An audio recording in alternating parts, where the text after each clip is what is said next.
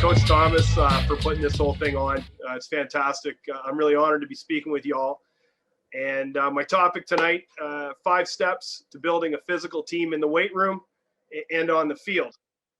A little bit about myself and Huron Heights. I'm not sure why my thing. Here we go. Screw it up. I apologize. This is only my fourth Zoom presentation.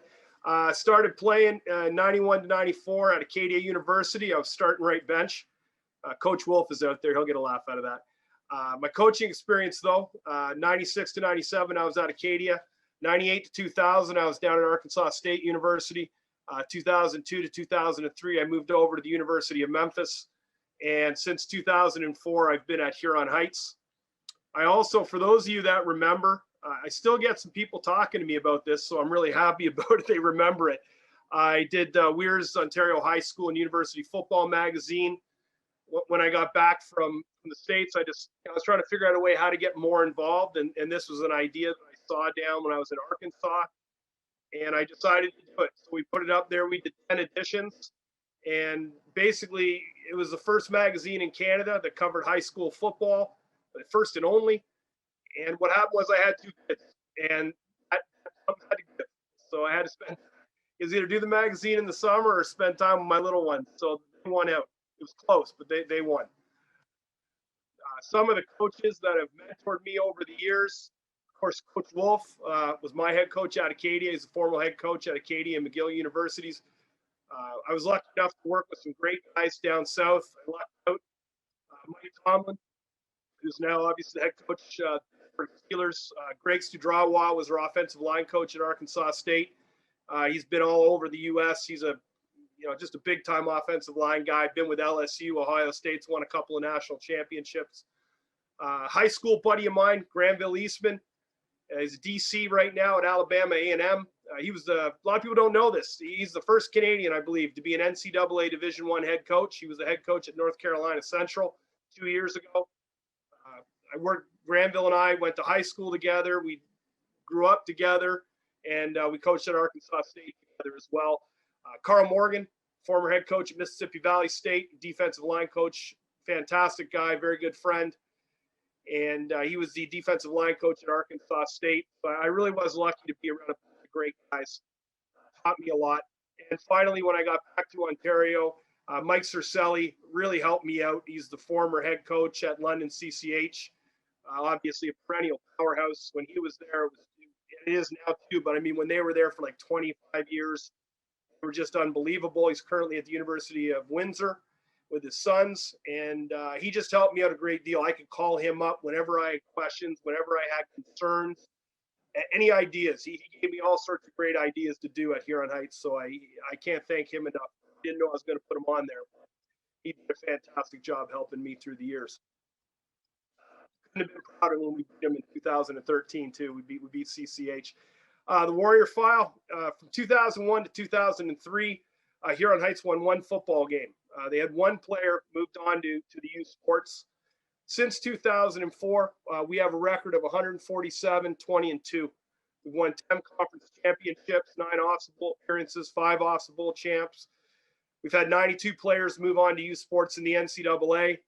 We've had 2 to the CFL, 1 first-round pick. That's Corey Wattman there, number 56. Honor him and what he did, accomplishing winning 2 Grey Cups. And finally, we had 1 special kid, just a fantastic football player for us. Went on and was a special teamer at the University of Ottawa. Through our weightlifting program and the way we train and do things that you'll see, he went on to be an Olympic bobsledder at the 2014 Sochi Games. In fact, 3 guys. 2 of them, I guess you could say they were almost like alternates. James made the team. Young man named Bill Thomas would have been on the team, but he was in that terrible bobsledding accident in Germany. It was about, obviously it was in 2013. He crashed, he's like, it almost broke his neck. He was seriously injured. Otherwise, he also would have been on we would have had 2 kids on the 2014 Sochi Games bobsledding. So come a long way in 17 years. So step 1 in building a physical team, they have to want to win. And prior to prior to 2004, the Warriors were a September to November.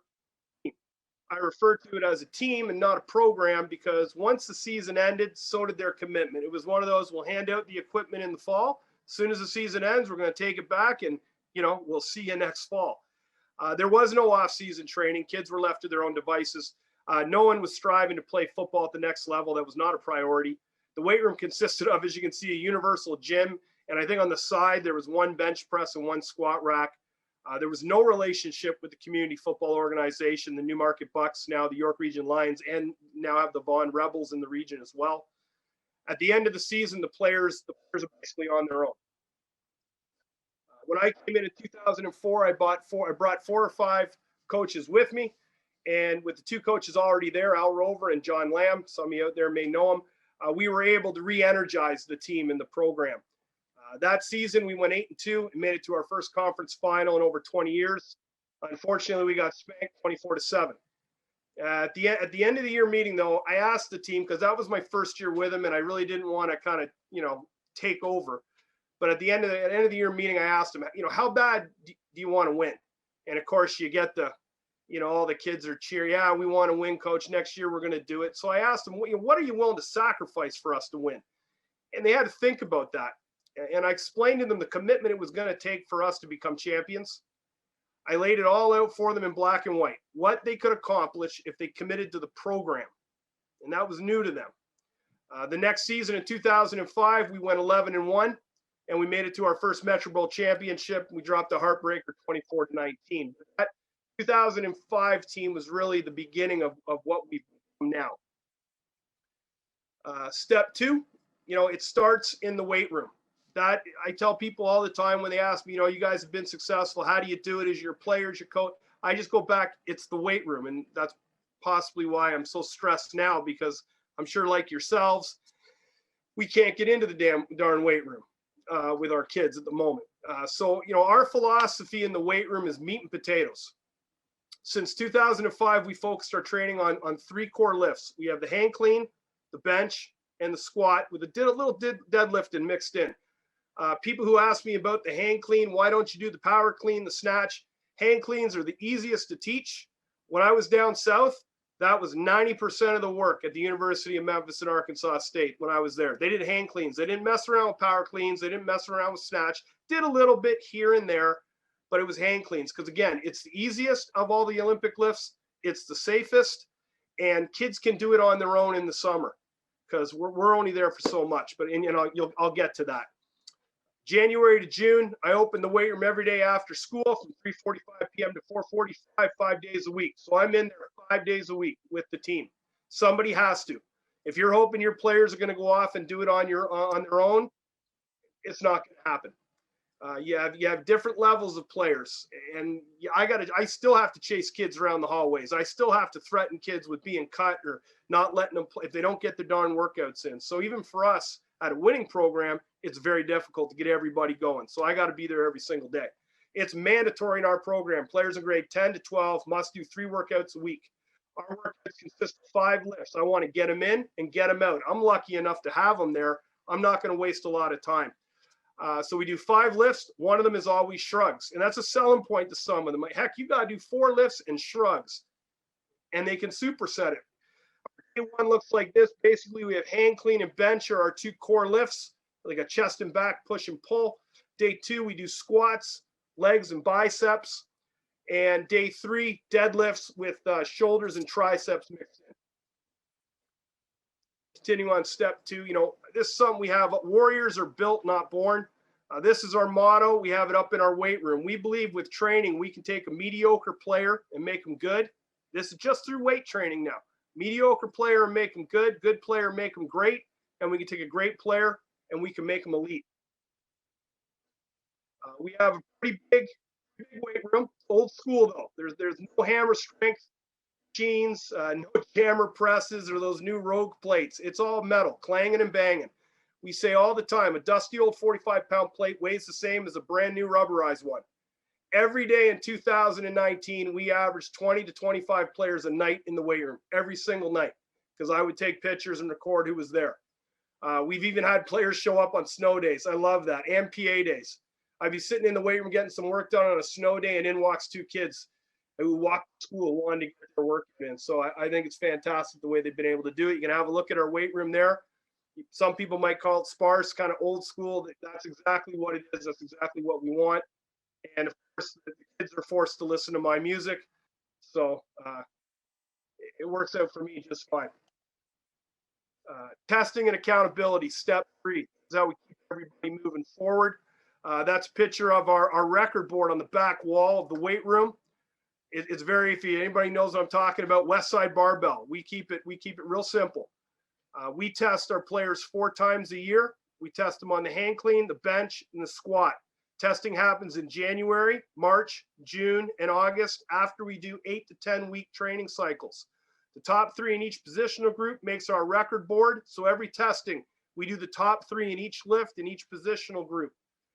Players train their butts off to crack the top 3 on the record board or break one of our all-time records. Over on the right-hand side, we have all our all-time records. The only one that still stands was from 2006, was that young man I told you about named Bill Thomas. He played at the McMaster University.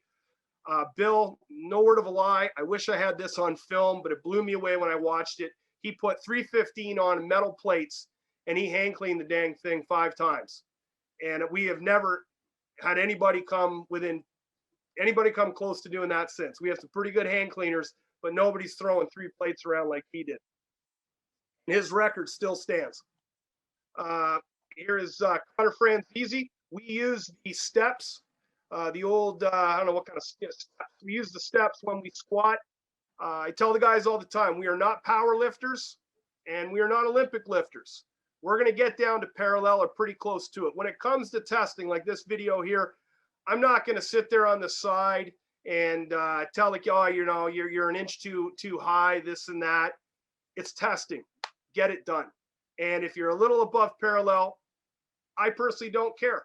It's about building the confidence in the kids that they're going to be able to do it. They like lifting the heavy weight on test day. We're going to keep it legitimate, but again, this is not a powerlifting competition. We're not going to have 3 judges sitting there. So this is Connor here in 2019. He's now at Alabama A&M University, but he set our squat record with 9 at 535. And as you can see, Come on, Matt. Come on, Connor. Come on, 4. Give him a good spot now. 5. Good job. Come on. Good job, man. 8. 2 more. Come on, big man. Whoa. Get your balance there. You got 1 more. You got it. Walk it in. Help him out. Help him out. There it is. Good job. And here's our hand clean. Again, technique. We teach them all technique. We teach them how to do it properly. Come testing, sometimes that technique can go out the window a little bit. Here's one of our running backs. He's only about $80, $75, and he's going to throw 225 around 9 times.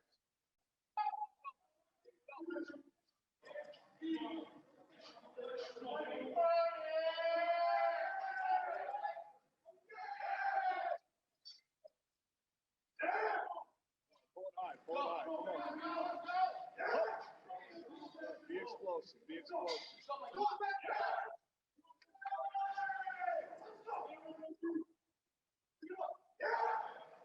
Get good form. Get the form back. There you go.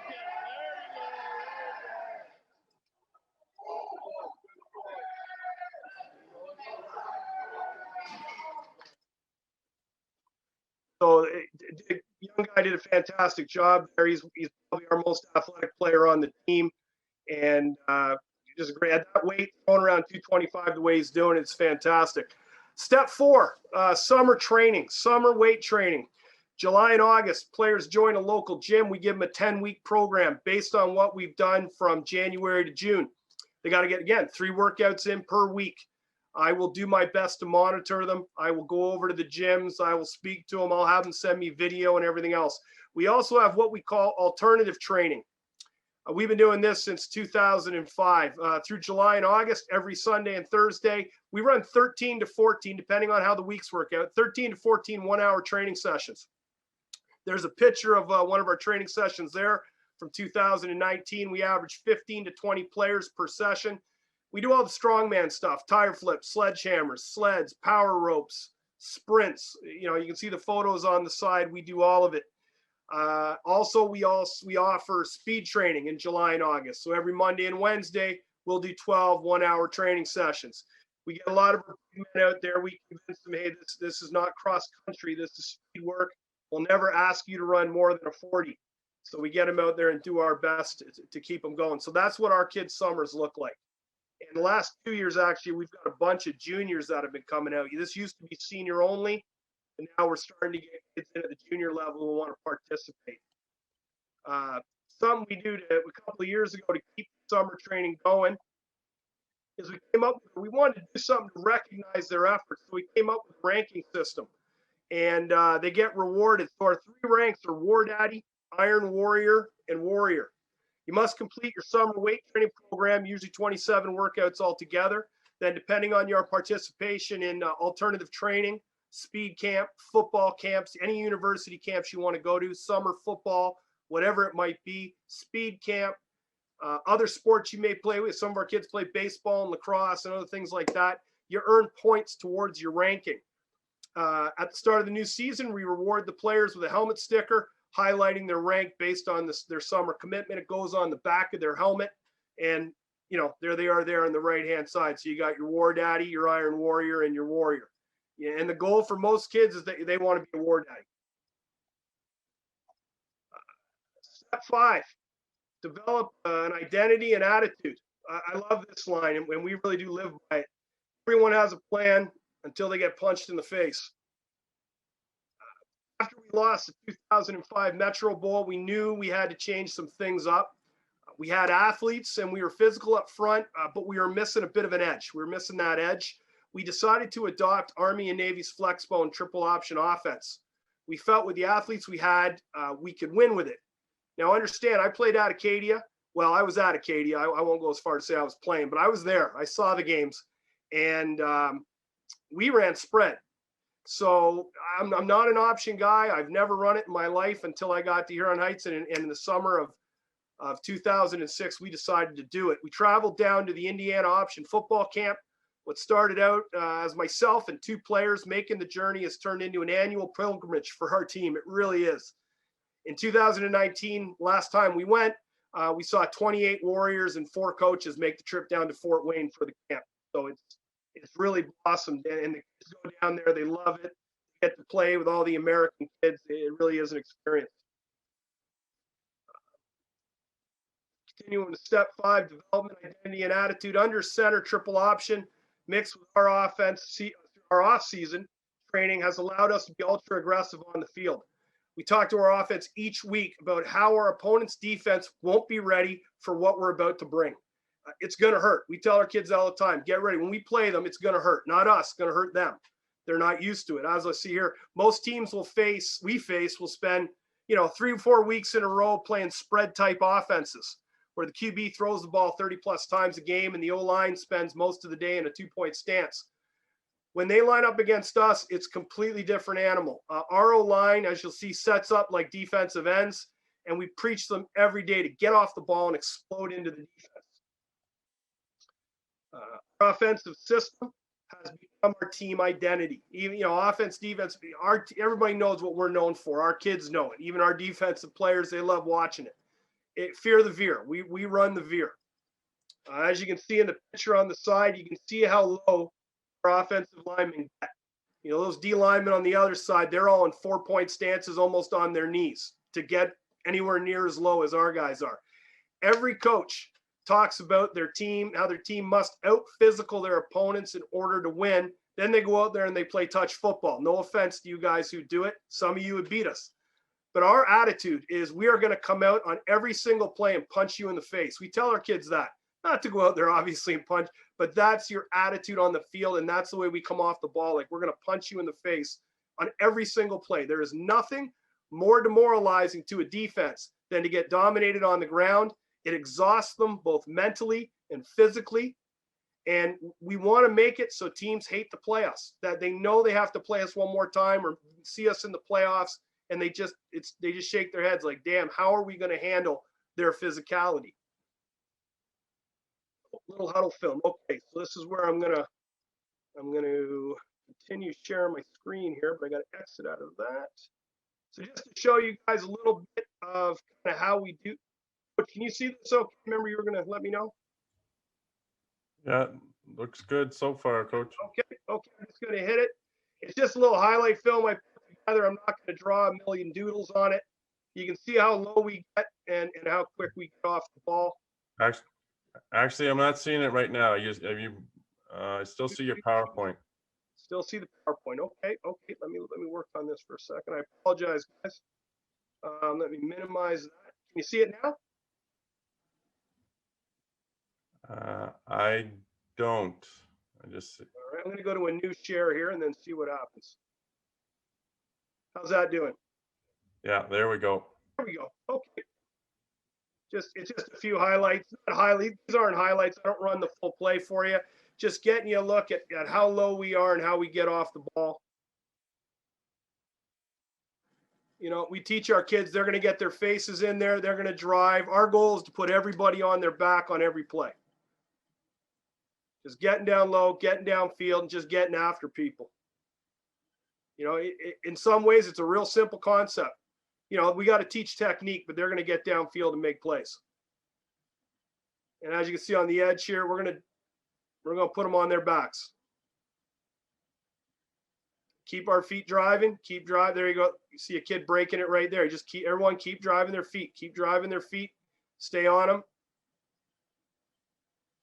You can see that line of scrimmage move. That's what we want. We want to win that battle on the line of scrimmage. Getting off India.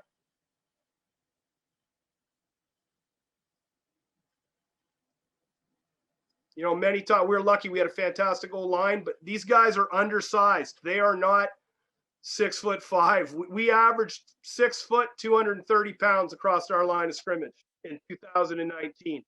And it was the best offensive line as a unit we've ever had. All right. Let me go to, just going to go to new share, and there we're back up here. We back on the PowerPoint, Coach? Yeah, I see that. Yeah, I see the PowerPoint. Okay. Why isn't it blowing up from current slide? There we go. See if this happens. There we go. Finally, you know, in conclusion, I know it's pretty fast for me, 22 minutes. Our team identity is fear the Weir. We are going to hit you on every play. Our team attitude, everyone has a plan until they get punched in the face. And anybody who's played us, whether they beat us, lost it, they know off the bat, not too many defenses are ready for the physicality that we're going to bring. Finally, our team philosophy that I didn't talk about, but we can get into, I won't tonight, but our whole philosophy is we win, then you win. Because that's the biggest question I get from other coaches and other people with the way we run our offensive scheme is, you know, how do you get kids to buy in? How do you get kids to commit? And we tell them up front, we win, then you win. Nobody cares if you're losing. Unfortunately, you have to win. And when we do that, people start to care. People are going to talk about you. And so that's how we do it. That's how we do it.